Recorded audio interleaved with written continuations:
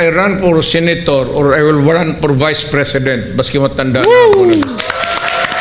At ito na nga mga ka-old school, hindi na matiis ng dating Pangulong Duterte ang mga pinaggagawa ng mga trapong politiko. Kung kayo ang tatanungin, pabor ba kayo sa pagbabalik niya sa politika?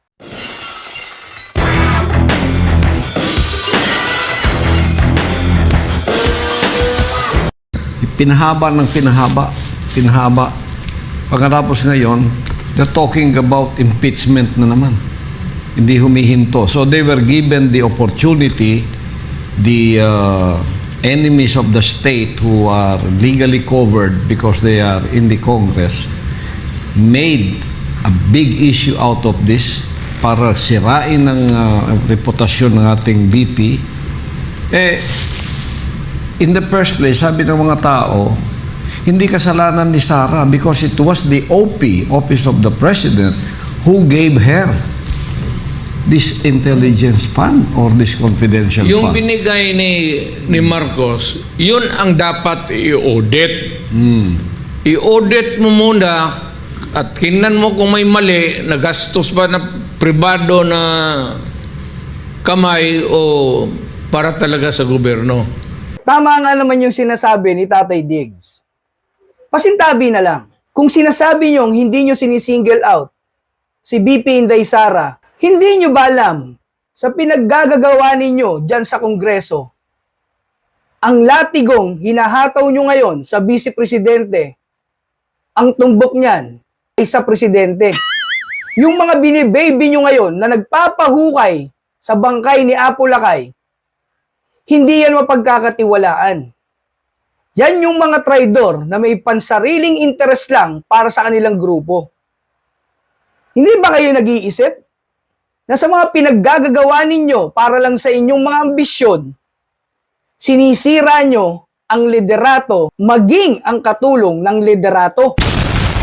Maingrato kayo, mga ungas.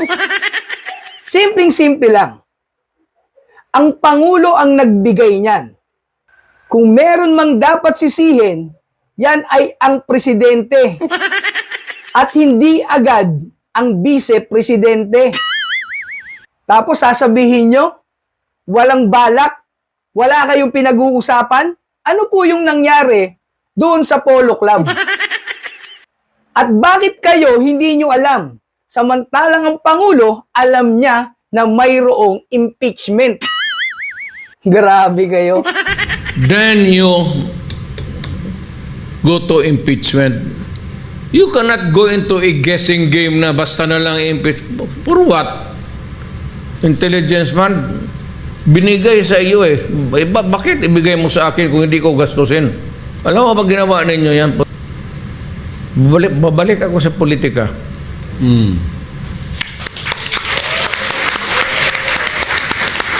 Sa survey, number 1 ka ngayon, Mayor. Papilitan ako. It's Senador. either I run for senator or I will run for vice president. Baski matanda na ako.